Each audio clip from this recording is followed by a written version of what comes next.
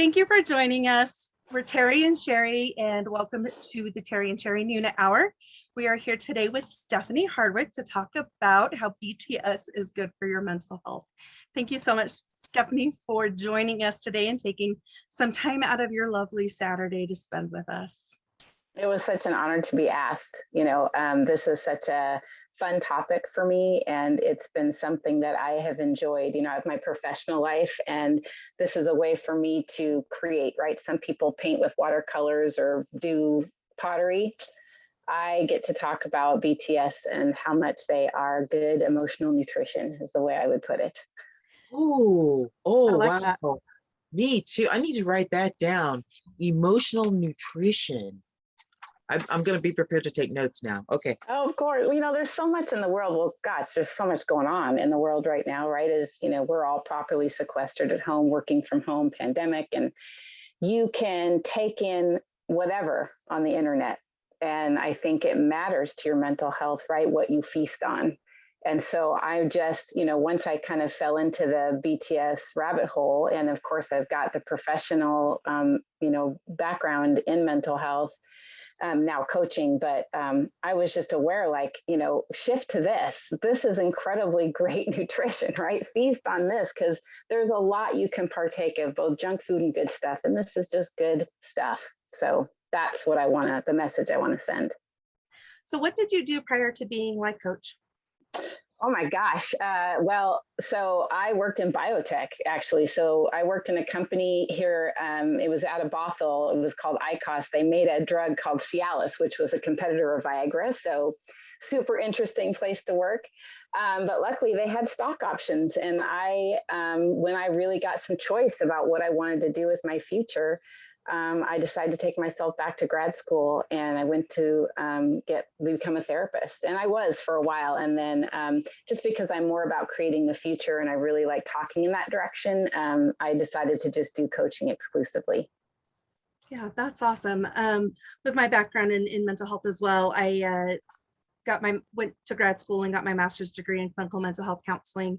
And that was 8 years ago. Nice. And so, yeah, like you were saying, it's, our brains are designed to seek out the negative, right? It's designed for that fight or flight and seeking out danger. And so it takes a lot of work on our part to really focus on the positive, because our brains naturally go to that negative thing. And that's what I found with BTS is it's all positive and it's all happy and good feelings. Yep.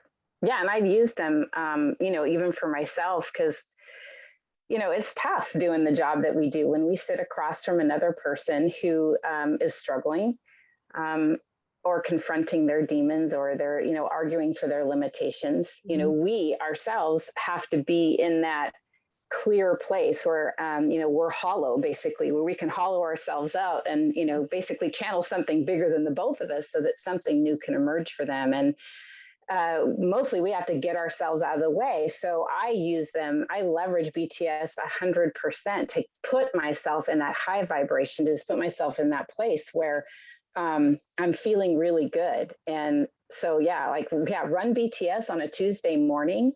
That's kind of part of work, in my opinion. Mm-hmm. I have a really good laugh. I enjoy it. And then I go to work, and it really does help me be able to do what I do.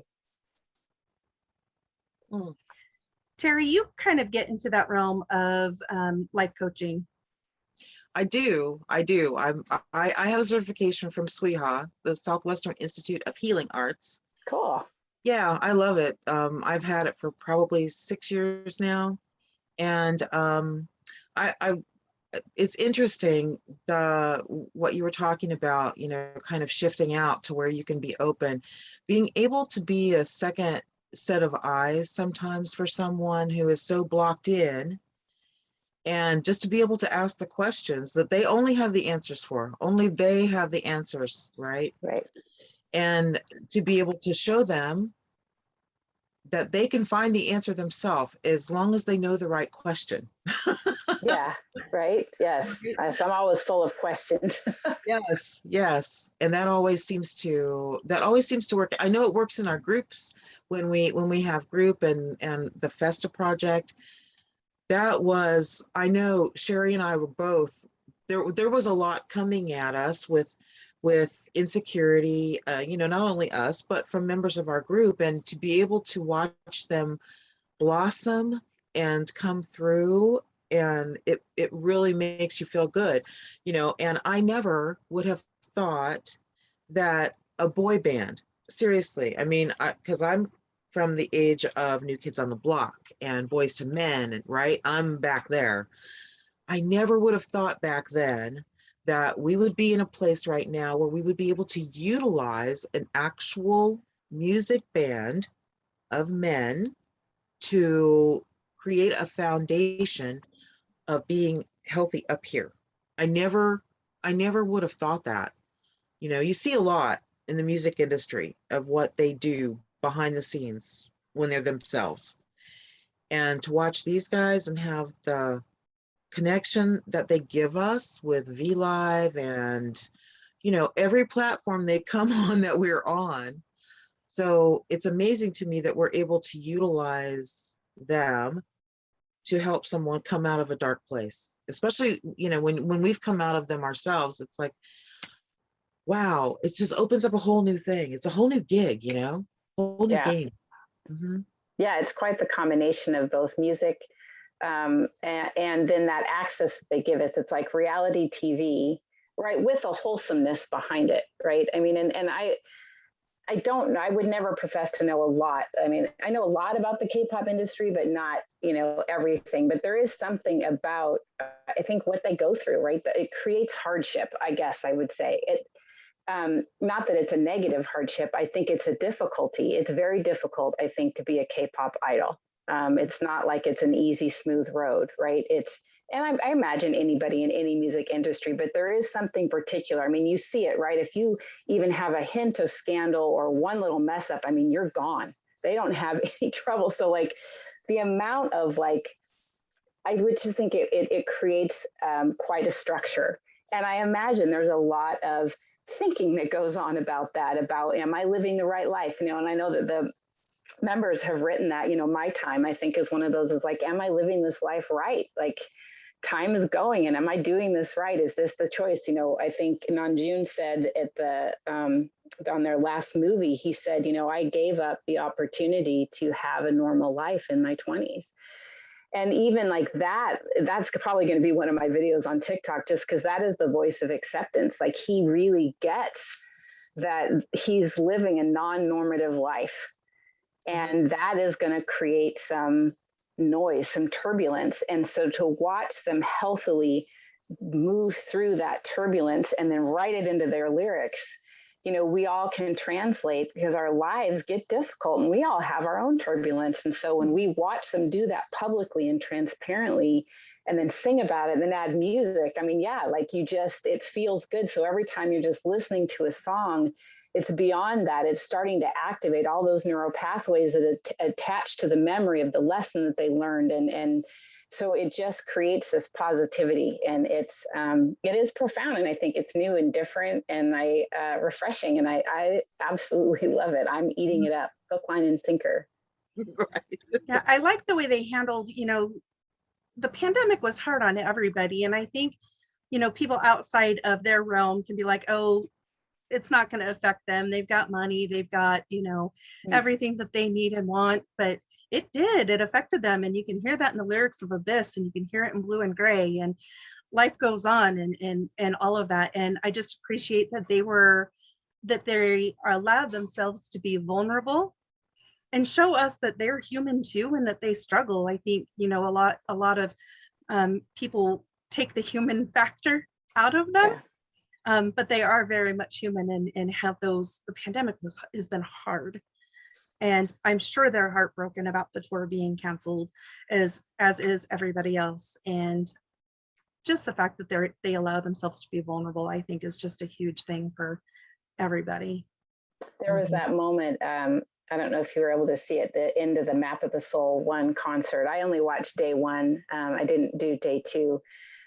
Where at the end of the concert, Jimin broke down, and he basically said, why, I don't know why this is happening to me, us.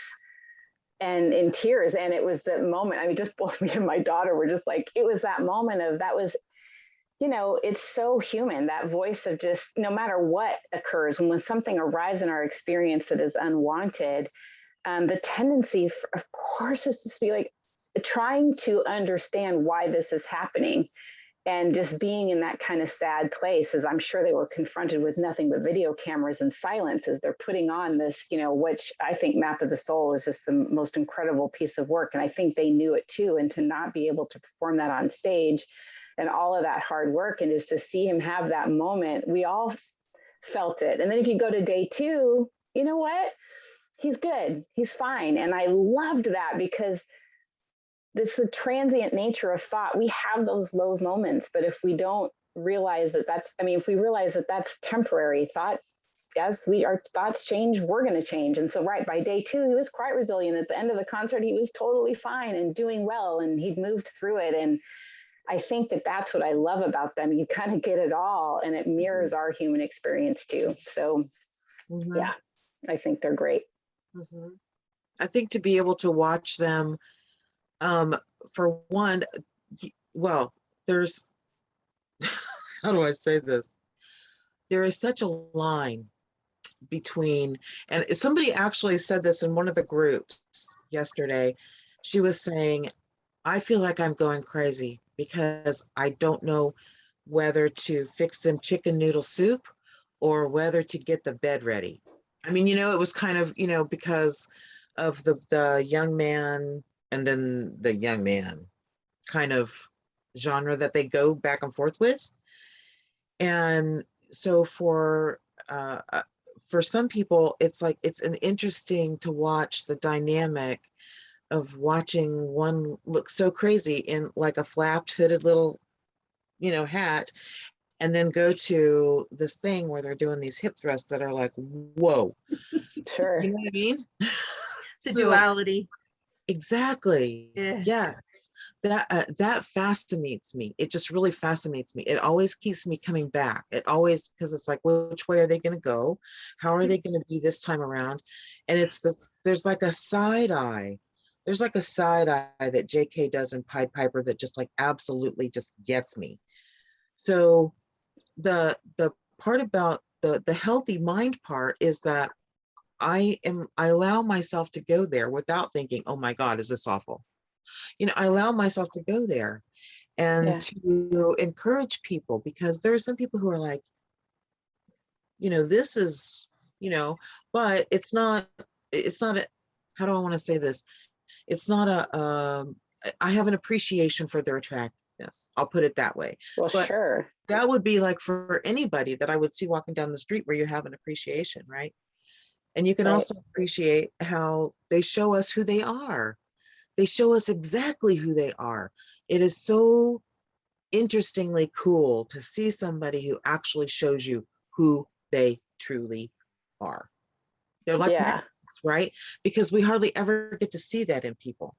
Because Well, and the who they are, what I love, you're pointing out with the duality, right? Like it's who we are, I think, is an act of creation. And I think it's variable. We are all of it. We are both the angel and the demon, the light and the dark. I mean, given the right situation, I am an asshole. Given the different situation, I'm actually really nice and kind. So what am I? Right. right. And so I think, I know, like, my whole platform, and certainly what I do in my work too, is getting people to another layer of what you are, right? Like dropping down into every human being, BTS included, us included, is nothing but pure creative energy. It is lifing. It is, you know, it is that, I don't know, universal amazingness coming through, right? Why are we here, right? But it's that creative, loving energy. That is the what we are. The who we are is actually a creative expression from the what. And so, you know, the who you are could be, you know, cute, doing your, you know, I forget what they call that, the Korean word for the cute stuff, aegyo, right? You know, you're doing that one moment and then going over here and singing Pied Piper, right? That you're addicted to me, and creating that. And so I love that there's that invitation, which sounds like you guys are providing as well. You know, take some glamour shots. You are a dancer, get on camera, right? And you're a mom, you know, and you're a working person. Like we are just very complicated, full spectrum beings. And then, right, you know, certainly as a 51-year-old, I appreciate them very much as well. And it's so funny. I had such an experience with the hard stand, soft stand thing, because I'm such an old person. So I'm out on Twitter and my children made fun of me. And I was looking for mutuals, right? And so I went on Twitter and I was like, okay, I'm looking for adult stands, which, you know, all of a sudden I started getting all this constant content. And then I'm like, well, so a hard stand means that you're just really into them, right? Like, and then so my daughters, because I was like, look at all this content. Like, I go, I don't know how, I don't think this is what I wanted. And my daughters, like, they helped me understand the definitions of hard stand, soft stand. And so I cracked me up. But you know, yes, I tell people, look, I definitely appreciate them for sure. I am 51. I have eyes. I'm not dead. I'm certainly a sexual being. So I appreciate them, but there is a difference for me between appreciation and wanting in that way. Right. And I make no wrongs about people who want to do hard stands and do all that stuff out there at all. I think I kind of come in the middle of appreciation, but I don't want them, at least with my content, I guess I would say in that way. It is interesting, though. I have this thing about, and I don't know how you all were, you know, back when I was 28, I know I had certainly people come on to me that were in their 50s and 60s, and it wasn't for me. And then for them to just openly, blatantly propose stuff publicly was uncomfortable for me. And so I think that's how, because I had that experience, and certainly there'd be people that wouldn't make them uncomfortable. Right. So for me and my conditioning, that was just uncomfortable for me. And so when I create my content, I wouldn't want to put anything out there that would have made me uncomfortable at 28 and 29. So I don't put that out there that would make them uncomfortable at 28 and 29. So I use my daughters as my barometer. So for instance, I did a TikTok yesterday. It was so fun. Jin just recently on the Billboard interview had said he's into old things. I don't know if you guys saw it. No, I missed it. It's so great. It was so great. Yeah. And so at the beginning of it, he's like, something that you don't know about me, I like old things. And so I cut the video right there. And I'm like, so I wanted to do a video about like, hey, dude, I'm old. That's cool. And so, but I told my kids, I said, help me, because I want to do this. I have this idea, but I wouldn't want to do anything that was cringy or would make you uncomfortable. So they're my barometer. And I said, it's just about friends. So they kind of helped me like, hey, dude, I'm your best friend. I'm built in 1970. I'm old. And so they help me kind of keep it in the realm, because I have my natural intent, and they kind of help me keep it in the realm that I like. Mm-hmm. Mm-hmm. I love it. Speaking of the TikTok, how did you end up kind of, was that your purpose on TikTok, is BTS is good for your mental health? What was kind of, help us, you know, walk us through that process of having that content on your TikTok channel? Because I will. 115, I think is the latest one is, and that's amazing. And there's no end in sight. It was a funny journey. So the pandemic, you know, my kids here in Washington, they've been at home for 2 years. And so I feel like I've got these 2 years back with my kids. So I was really just wanting to get into what they're into. So roll the tape forward. I'm into K-pop, I'm into TikTok, and I'm into anime. So TikTok was something that they had to teach me. I'm like, teach me how to use it. So we downloaded the app, and then they helped me get my algorithm so that I didn't just see a bunch of stuff I wasn't into. So they helped me they say, you know, make sure you're on the right side of TikTok. You don't want to be in straight TikTok. These are their words, right? So they helped me get it all worked out. And then I watched for the longest time, watched. And then I think my very first TikTok was basically, I did a roll of toilet paper. It was someone who said the question about like, name something that you had no idea that was expensive when you were young. And then when you're an adult, it's like the first time you realized that stuff was expensive. It was like, truly, I remember toilet paper when I was in college, I could buy beer or toilet paper. I had a choice.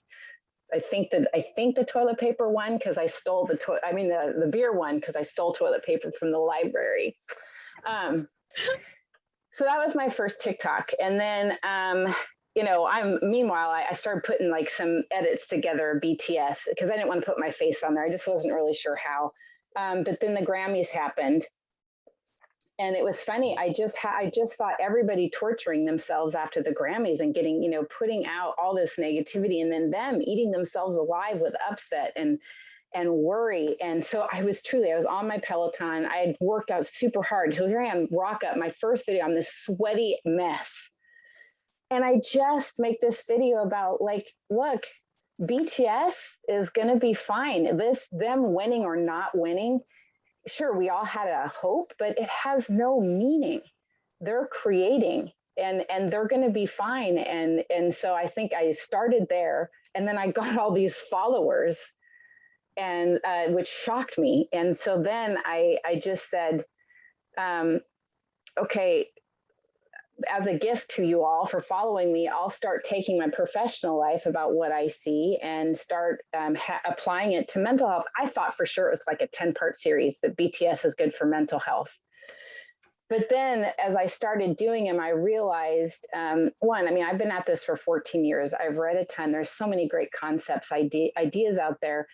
I just use their stuff as a spark to deliver other things. Like I think Mom June did a commercial, like, is good enough, right? So it's not like he was talking about mental health, but I like took that and him saying that and turned that into, let's talk about happiness and letting good be good enough. And, because they talk about in the studies that the people who make decisions based on good enough and not waiting for perfect are actually happier. So I use their content to spark really good mental health coaching concepts that can really make a difference. So I absolutely love it. So I could keep, because they just keep doing more and more. Plus there's this catalog of material. It's endless. So, and I just allow that to come. I don't have a big plan. TikTok says you should have 8 videos in the bank. I don't. I genuinely make them as I feel inspired to do so. And then, of course, I get questions. And so that helps. Like, I'm going to do one on the fear of success that someone asked me to do. And I'm going to do that next.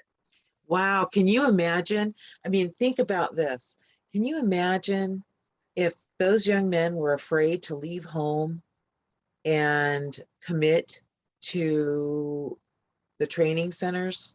I mean, can you imagine if they let fear stop them from doing that, from all the natural talent that they have? Right. If they said no, right? And I mean, that do it afraid, it couldn't apply more, it Right. seems, for them in those situations, especially, with Jungkook leaving at 15. It's like, wow, right? It's like, oh my gosh, And so we all have that in us, right? I think we all have, and that's what I love about Microcosmos and what that song says. And I get chills when it's like the dark, the night sky is not the same without your light in it. So what is that for you? Whether it even just be complimenting people or making things or, being a janitor at a school, for God's sake, like that school wouldn't function if you didn't create that beauty for them where it was clean and safe, so we all have something to make a difference and create in this world. And so, they're a living example of do it, even if you're afraid. Yeah, and that's one thing I'm super thankful for, is not only their bravery, but the support of their parents, Yeah. because if their parents didn't, I know some of their parents kind of struggled in regards to what they wanted to go forth and do, but ultimately, they had a lot of parental support, and, our children need that parental support in order to not have that fear to go on and to take on their dreams. And that's one thing I really admire about that, is also the parents that just stood behind them. Yeah, and that would be so hard. I mean, moving to another city, that that's the equivalent of basically sending your child to boarding school, which I think again, could be a great experience. But man, hard on the heart is I just want to keep them here all the Right? time. Yeah. Huh. I had a thought and then it just left. I think one thing if we think about parenting, and as I watch my videos and what happens with them on TikTok, I think the ones that are the hardest on my heart is obviously the fan base has, there's the youth that are in the fan base have parents that never got past the confusion of them standing BTS. And so my DMs are filled with young people reaching out. My comments are filled with young people who say things like, adopt me. I wish my mom was like you.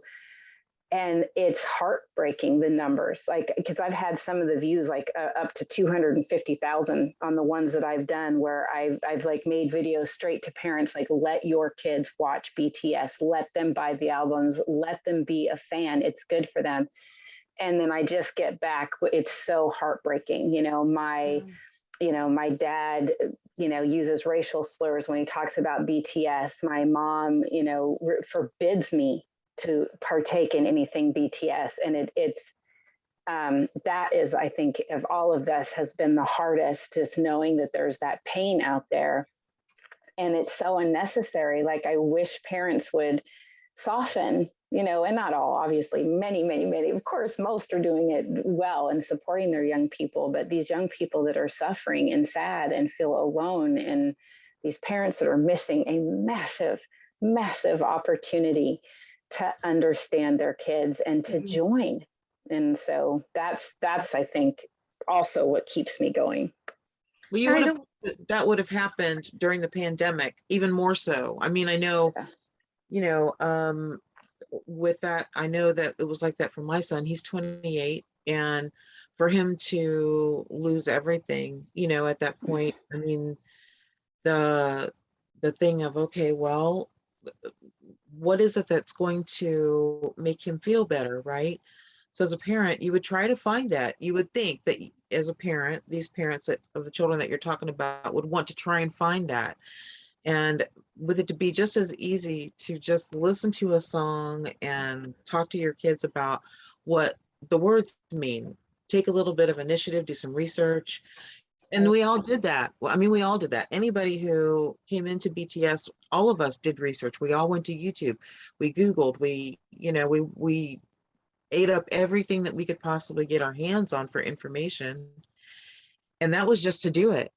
So it seems like to help your child, you would want to do that. You would, I mean, it's just that easy. There's, I don't get why that doesn't happen more. Well, and I mean, my journey, I was kind of a good example of that as well. And I very humbly say, I probably had some xenophobic corners that I wasn't aware of when I saw her partaking in Korean pop music.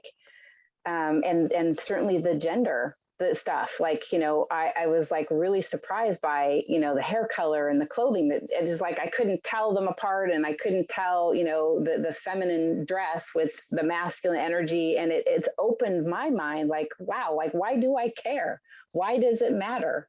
If they're wearing see-through lace and so I was very confronted. And so I think some people get confronted, and then of course, we have a choice point. We can either stay the same and double down, or we can grow from it. And Right. So I had to confront things that I was like, wow, this is really judgy on my part. Like, what the hell do I care if they wear, what they're wearing, or, and it's made me understand gender even more, and what society does with gender, and my own training and conditioning in gender. But it has absolutely opened up my mind. I would say prior to getting into K-pop, I would have said like Asia was like the last place I would have wanted to go. And now, I mean, I'm very intrigued. I've even started looking into some of the histories of Asia and how they haven't been at war like the Western European world has been at war. Like, it's actually very interesting, more peaceful. And yet some of the greatest teachings have come out of the East, Buddhism and Taoism. And anyway, it's been fabulous. I mean, roll it forward, and I just, I love it all. I eat kimchi fried rice is like, because of J-Hope, it's like one of my favorite meals. And I have to say, now would be the first place that I would go. So this is the gift, I think, that the Korean wave can bring to the Western culture. And BTS is, I think, charging forward, leading that wave. And it's, if we allow it to help us grow and learn, I think it's a beautiful journey. Yeah, that's one of the things that pulled me in is when, last September, when I was like just hitting Spotify and kind of listening to their songs and then looking it up on YouTube, is knowing that they had Japanese released content. Yeah. Because my maternal grandmother's Japanese. Yeah. So I'm a quarter Japanese. And so I've always kind of was fascinated by the Japanese culture and, the language and the food and everything about it. And so when I found out that they had Japanese released content, I was like so excited, because that's, that was something that I have always been interested in. And so that was neat for me to, be able to kind of pull this another country into my Asian realm of learning the culture and, the history and all of that. So it's been a lot of fun.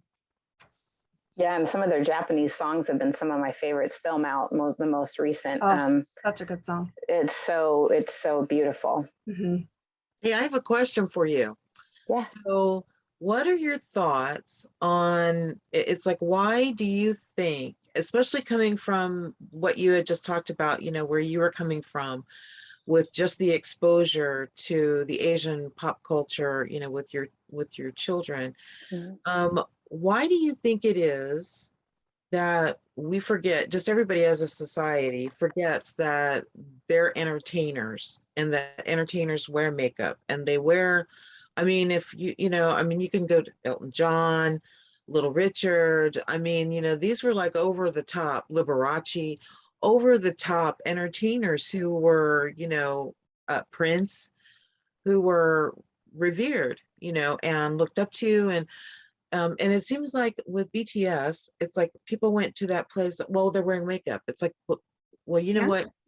If you watched any of those boat movies with Johnny Depp in them, I've never seen a man look so good in eyeliner as Johnny Depp does in Captain Jack Sparrow. So, it's like, I don't understand why people kind of forget that they're entertainers as well. They're artists and entertainers. And that's just a given to put makeup on. Whether it's lip gloss or, something that's going to make it so that when you sweat, it doesn't like bounce the lights off. So I don't understand why they don't remember that part of who they are. You know what I mean? Well, I think that that's where it becomes confronting, right? And I think that that's looking at the xenophobia built right into our society and our conditioning, because, right, they're wearing makeup no different than Western artists, right? The whole K-pop is an industry. Well, so is the Western music industry. And honestly, I think my children have influenced me because they called me out in what I was saying, because I went after the plastic surgery. Like everyone, like the plastic surgery in Korea is really bad. And she's like, hello, Hollywood. Like, I'm like, God, why am I so like, wow, I really got, because I was making these other comparisons and they really called me out. And I'm glad for the relationship with my daughters, like dinner. That's where it would always happen. There'd be this dinner conversation. And it was like, I really got that I had blind spots, like serious blind spots around what we do and how we compare. And then that gets excluded. And so that really looks about how I think, European culture has been really slow to recognize what we do to the Asian culture. And it's not lost on me. I'm sitting in the middle of Seattle, right, where is one of the worst treatments of the Japanese population, all along the West Coast. Mm-hmm. We, as a Western society, European society, gathered innocent harmless, innocent people and put them in internment camps simply because of their ethnic background. Like, so, and that is, that was I remember my grandma's lifetime, because my grandma would always tell the story of her best friend was 16 and Japanese, and she disappeared one day, and my grandma would cry about it. She never saw her again.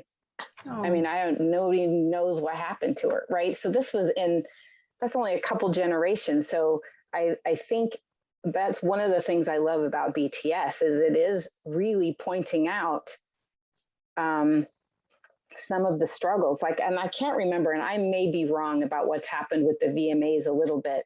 I thought originally BTS was going to be put in just a category of K-pop when they sang Butter or Dynamite, which I was frustrated by, because that is pop. If it's sang in English, that is pop music now.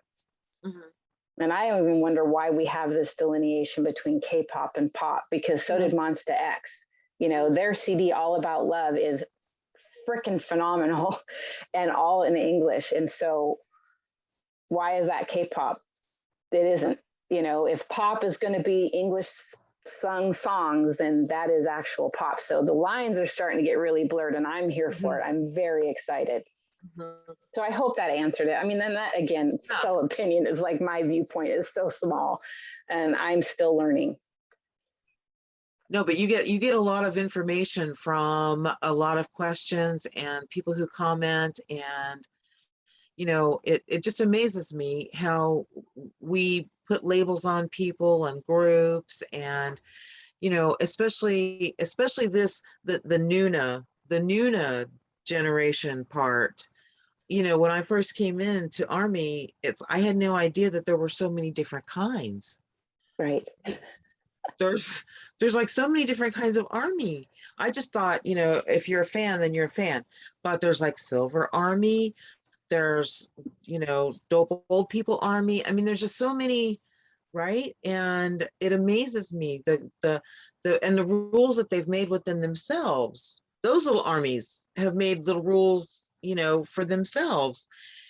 And being in the international, and I'm trying to figure out, do I want to stay in all of the groups that I'm in? Because I'm in quite a few BTS groups.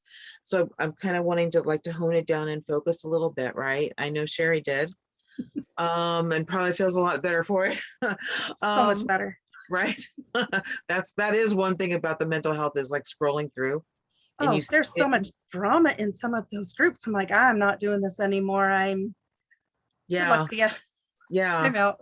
And it's interesting, because somebody had brought up and it was just a thought that they were having, where they thought, hey, maybe we should all get together with different fandoms, all of us be together and come up against like Billboard, MTV, the VMAs, any entity who decides what you were just talking about, well, K-pop or not, but come up against them, because we are a formidable voice at this point, right? Just as BTS Army. So to bring everybody else on board and say, this is, and it was like, boom, it was cut off. They didn't want to see that in that thread. They didn't want to see that on their page. And I'm like, and for her to just bring up a thought, which I thought was really interesting. So the fandom itself it's almost like a hierarchy, right? It's like the fandom itself, there's like USB, TS Army, and international. And it's really interesting to realize that there are different hierarchies here, and how they've taken it to a whole other level in some different things. Yeah. So their mental health, you can tell, is in a different space, a good space for them, I'm sure. But it's just interesting to me how everybody is split out, even in the fandom. We're together, but it's like the pandemic. We're together, but we're always separated all out. You know what I mean? We're this all together, but you're in Bellevue, I'm in Bremerton, Sherry's in Salt Lake. I mean, we're together, but we're all spread out. So I find it interesting how the 100th monkey, I'm finding too, that I'm seeing the 100th monkey happen in different places and different things too. It's like, if there's an idea over here, I watch it. It's like I watch it go from from one to the other, right? Until it hits another point and it's like, wow, okay, well, I think I got that now, but it's its own society, the fandom is, which I Yeah, think, and I have thoughts too about, they're BTS, right? You can take in, they're good for your mental health, right? Because they have set an intention, right? So there's an intention, and there's even an intention within Army, I think. If you go down and look at the very, very basic rules of being Army, Mhm. and it's that simple. But it's very easy to make Army being complex, right? By creating separation. And certainly you can, people get frustrated if they've been a fan since, 2015, and then all these other people rock up their butter Army, let's call them, and then it becomes this complicated equation where if you get down to the actual values and you're responsible for the energy that you want to bring, which, if that's what I think BTS is very clear about, the energy that they want to bring is love, acceptance, that, that's what I ask myself, right? I'm just going to be love and accepting. So when I get people telling me on my page that I'm too old to like BTS, I understand that they quite innocently are believing their thoughts to be true about that they believe that there's a limit to, innocently, they've got a belief, they've got a thought, they're believing it to be true, but I do not need to change their mind. Mhm. Right. I don't. And it's not for me to argue with that or fight that. So it's like my energy is always just going to be love of music. Genuinely, it is love of music, and it really isn't that serious, guys. It's love of music.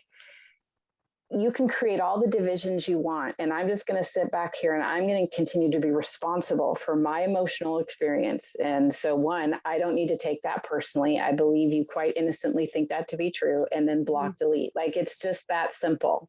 Mhm.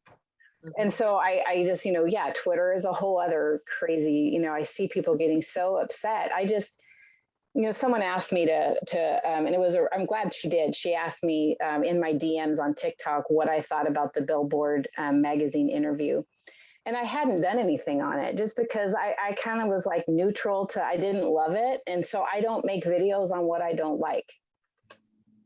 Yeah. So, that being said, there were things that I loved, so I'm like, thank you for asking. And you asked me what I thought, here's what I think. And so I love the photographs were amazing. I loved RM's response when he got asked about, Yeah.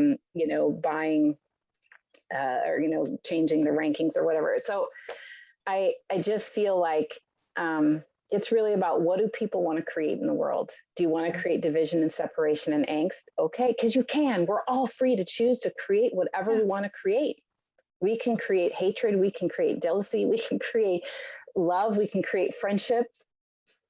It's true, everybody's free. So all I can do is continue to go back to what I think BTS represents. And so that's what I try and put out there in the world.